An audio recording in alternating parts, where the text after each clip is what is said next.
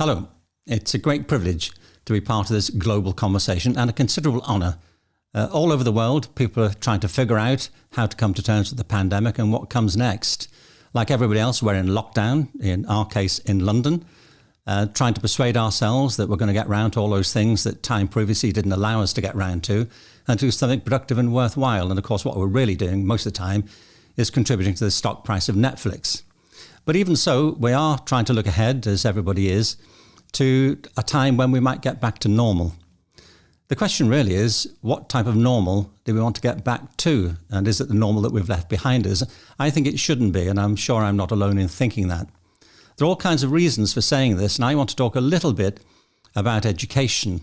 This has been a huge shift for families, for children, and for educators all around the world. It's the first time in literally hundreds of years that the whole education systems have just been turned off effectively. The treadmill has stopped and children have been at home with their parents, with their relatives, whatever the situation is, trying to come to terms with how to carry on learning in this new situation. Well, I think there are all kinds of lessons that we should learn from this as we look ahead to getting back to normal. But let me just say a word or two about the pandemic, because this is, I think, very relevant to the bigger issues that we are going to face. You know, whatever else we might say about the pandemic, I think we have to recognise that this is largely of our own making. What I mean by that is that humanity, if I can speak of us collectively, has created all kinds of conditions which are, frankly, hostile to our best interests. You know, I've long felt that we're facing two major climate crises. There is a climate crisis which is enveloping all of us, and it was there before this pandemic hit us. The pandemic, frankly, is part of it, and it's still there waiting to be dealt with. But there's also been a long-term crisis in our ways of life, in the lack of fulfillment many people feel, in the tensions, the stresses, the anxieties. And all of this, I think, is related to our neglect of our relationship with the natural world, with nature, with the other creatures we share this planet with, and with the ecosystems that we depend upon. Now, look, there's a connection here in the way we've come to think about education. Let me put it this way. Most mass systems of education came into being, in the 18th century, and they're mostly based on the process of industrialism. Now, there's an interesting parallel here, which is that the Industrial Revolution changed everything, of course, in the way that human beings conduct our lives. You know, we often talk about the need to save the planet. I mean, I don't know if you do. I often talk about it anyway. But many people do. People say, we have to solve the climate crisis and save the planet. Honestly, I feel fairly relaxed about this. I think the planet's going to be fine. We may not make it, but the planet will be great. The Earth has been around, so far as we can tell, for 4.5 billion years. Human beings like us have been around for about 200,000 years. Now, I know that's a hard figure to visualize, but one way of thinking about it is this, that if you were to think of the whole history of the Earth as 1 year, human beings showed up at less than a minute to midnight on the 31st of December. Now, the dinosaurs lasted, as far as we know, 30 million years. And we've managed in the space of just a few hundred to create circumstances which are now inimical very often to our own flourishing. And I think I know why it is. Lots of people do know why it is. But let me just say why I think it's important to see the parallels with education, how we have created our human communities. The Industrial Revolution brought about massive changes in manufacturing, in technology, and created the modern world that we now live in. As part of that, the Industrial Revolution ran through agriculture. And it did that in three ways. One was mechanization. So for the first time, it was possible to plough huge tracts of lands with mechanical diggers and harrows and ploughs and create massive monocultures, bananas as far as the eye could see. I mean, not in England as it turns out, but cabbages as far as you could see, great monocultures. So there was a great hit on diversity at that point. Secondly, there was a big emphasis on fertilizers, chemical fertilizers. And the reason is that in industrial farming processes, the emphasis is on increasing output, more of everything, bigger everything. And fertilizers managed to achieve that with fantastic success, by the way. The result of that is that we have huge surpluses very often, unevenly distributed. It's one of the great ironies of life on Earth, that we have huge mountains of food that we're throwing away, while whole tracts of the population are living in poverty and starving. But that's an issue also that we don't want to get back to normal about, I'm sure.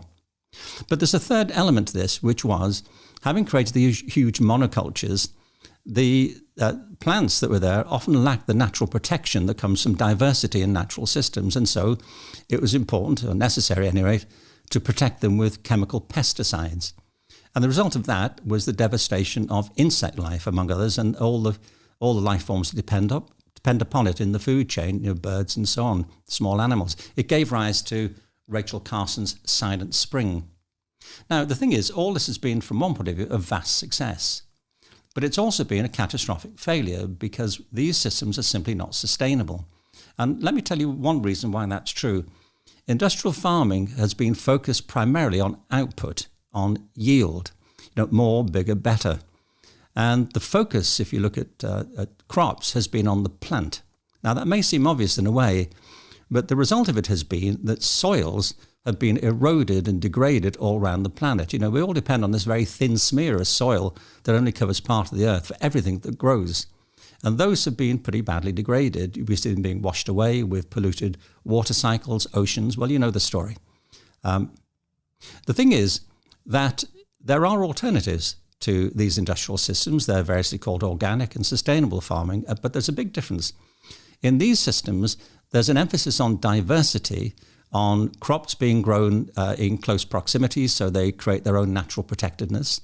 They create conditions where insects and the wildlife that depends upon them flourishes. They have natural hedgerows and so on, natural crop rotation cycles. But the big difference is that in sustainable versions of farming, the emphasis is not on the plant, it's on the soil. Sustainable farmers know we have to get the soil right. And if we get the soil right through natural processes of cultivation, then life will flourish indefinitely. And this is not the case with the chemicals which have been laced into the soils, which are killing all of the nutrients on which life ultimately depends. So we've had great short-term success with these industrial systems, but they've also led to a catastrophic price. And we see that in the extent and the spread of the climate crisis currently. Now, the reason I'm saying all of this is that we have to make a settlement with the earth, and we'll only make that settlement if we think differently about our relationship with it, and not only with plants, but also with the animals that we've come to depend upon. We've pretty much eradicated huge numbers of species in our dependence now on diets which are primarily based on 4 animals, sheep and cows and pigs and poultry. Now, these actually outnumber us by huge amounts. All of these things creep up on us naturally, don't they? They're unnoticed. It's that boiling frog syndrome where we don't realize that these systems have overtaken us. But the consequence is that we have created systems which are unnatural and are short-term and not sustainable. Incidentally, the consequence as well is that we've created sources of processed foods which are wreaking havoc on our own health. Now, you know a lot of this, but what I'm really saying is that we've replicated these same mistakes in our social systems, and particularly in education. Our education systems are based on output, on yield. We put our children through these systems year after year, age group by age group, and the emphasis has been on output, on test data, on scores, on graduation rates, on everybody going to college and getting a degree. And this is as pointless and unsustainable in its own way as agricultural systems are based on industrial principles. Human beings are like the rest of life on Earth. We flourish under certain conditions and we wither in other circumstances. The other parallel is this, that when I say that agricultural systems, the sustainable systems, are based on cultivating the soil, this is also true of our communities, in our cities, in our neighborhoods, in our schools, that people flourish when the culture is right. Great teachers, great principals, great school systems understand that you don't make a successful education system based on driving people through pointless systems of tests and output and data-driven hurdles, that the way you get people to flourish is by recognizing their individuality, the great diversity and depth of people's talents. Our children from every age are full of boundless possibilities. And you do that by creating a mixed culture in schools, one that values the sciences, the arts, technology, that values individual talent, the driving force of individual passions. In other words, successful schools don't focus on output, they focus on culture in the same way that sustainable farmers focus on the soil. If you get the culture right, everything else takes care of itself. And that really means a culture of compassion, of collaboration, of empathy, and of the valuing of individuals and the necessity of our social lives thriving through our joint participation. By the way, if we've found out anything in this pandemic, it's how fundamentally we rely on these sorts of processes when the chips are down. The great suffering that's been afflicting many people during the pandemic is isolation. We've had to isolate ourselves. It's been vitally important to stop the spread of the virus. But we all know what terrible prices people have been paying in terms of their mental health by being isolated. And how are they dealing with it? By turning to creative work, to painting, to music, to collaboration, through joining together, through joint projects like this process today, Unite. We're here all today because we need to connect. We need to see each other in our own settings, and we need to see each other through the phase and lens of our common humanity. So I believe profoundly that getting back to normal won't work. We've pressed pause on many of our social systems. It's time to press reset on them as well. There is a chance to do that. You know, lots of people have been spending time at home, learning with their children with their peer groups. I believe the most successful, and I know we've spoken to a lot of parents, the most successful examples are where parents haven't felt the need to replicate school. There's a big difference between learning, education, and school. Learning is the most natural process in the world.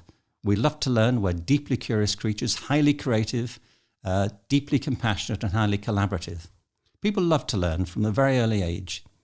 Not everybody gets on with education. A lot of people don't like school. And I say that not in criticism of teachers. I've spent my life working with teachers, and I have the deepest respect for teachers. I am a teacher, frankly, so I'm not here to criticize them in any way whatever, but to support them. The problem is not teachers, it's not kids, it's not families, it's how we do school. We've come to think of schools as particular types of places that resemble in many key respects the algorithms and principles of standardization and of factory life. And there isn't any reason for schools to be that way. We can reinvent school, we can revitalize learning, and we can reignite the creative compassion of our communities if we think differently when we try to go back to normal. Well, look, how do we do all of that? Well, I think there's a big parallel here between what needs to happen in education and in the environmental movement. It's based on the same principles, and it's achieving or aiming to achieve the same ends. We need to work together. We need to keep up the collaboration that's being witnessed today through Unite. And we need to see that real social change comes from the ground up through people cultivating the grassroots. You know, it's a mistake to believe that we just need to wait till some enlightened politician comes along and shows us the way. You know, with luck and a following in that happens from time to time, more often than not, frankly, it doesn't. The real power is with the people. And connecting people, as we're doing today through Unite, is the key to this. Getting people to share ideas, to collaborate, to work together, to see future possibilities, and to bring them about through joint projects and through the joint support that comes from compassionate collaboration. There are two projects I'd just like to quickly mention, which I think will have a big role to play as we go back to our new normal. One of them is a platform for educators, which I and others are putting together, called Boundless. You can go to that website, you'll find out more about it, but it's designed there to help people to share ideas, work together, and to revivify learning in their own communities. And I hope you'll become part of that movement. And the other is a new learning platform called Hello Genius, which is designed to create a safe learning environment online for our children in a way that allows them to follow their personal interests, to learn about the world around them, and to discover their own passions in a way that also engages the support and understanding of their parents. Both of these platforms, I think, will have an important contribution to make to this new normal that we want to create ahead of us. You know, we are deeply creative creatures. Although we are like the rest of life on Earth, there's one key respect in which we're different. The difference is that we have boundless capacities for innovation, imagination, and creativity. You know, we don't live in the world as other creatures do. We should live in the world as they do more than we have done. But there is this difference that we've always created ideas about the world. We have languages through which we express our feelings, communicate with each other about the world. We create works of art, scientific theories, philosophies. We create, in a word, cultures. And our cultures define us in more ways often than we can really see openly or suspect. The world is full of diverse cultures, diverse ways of seeing. That is true, but we also have common interests. We have a common set of fortunes to confront. We are a single species with other species on one planet. And as we get back to normal, we need to reimagine what that could look like and to learn the lessons of this lockdown, to learn the lessons of the pandemic, to see beyond them and to create a new sort of world and a new kind of normal. There is an opportunity. It takes bravery and imagination, and we have plenty of that in store. Thank you.